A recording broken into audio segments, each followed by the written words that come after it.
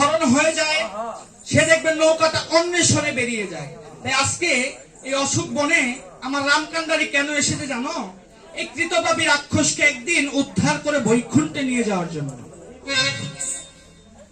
তাই অমনি রাবণে বলতেছে, গো মন্দাধরী, তুমি হইলা ঘরের নারী, রান্না বান্না হলো তোমার কাজ, তুমি গিয়ে দেখো রন্ধনশালার ঘরে কি পাক শাক হয়েছে দেখো। তাড়াতাড়ি যাও। তাই জানি মন্দাধরী।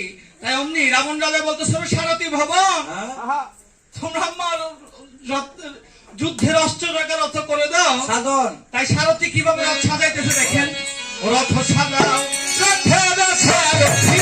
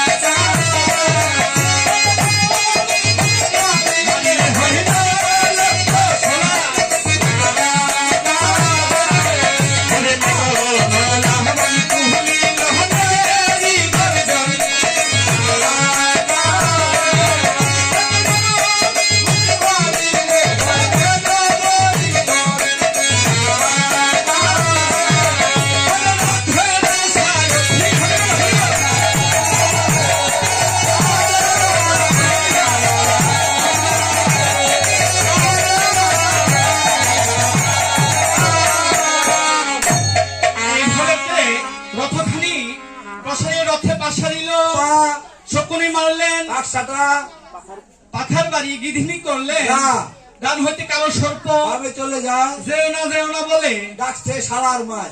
এরম না।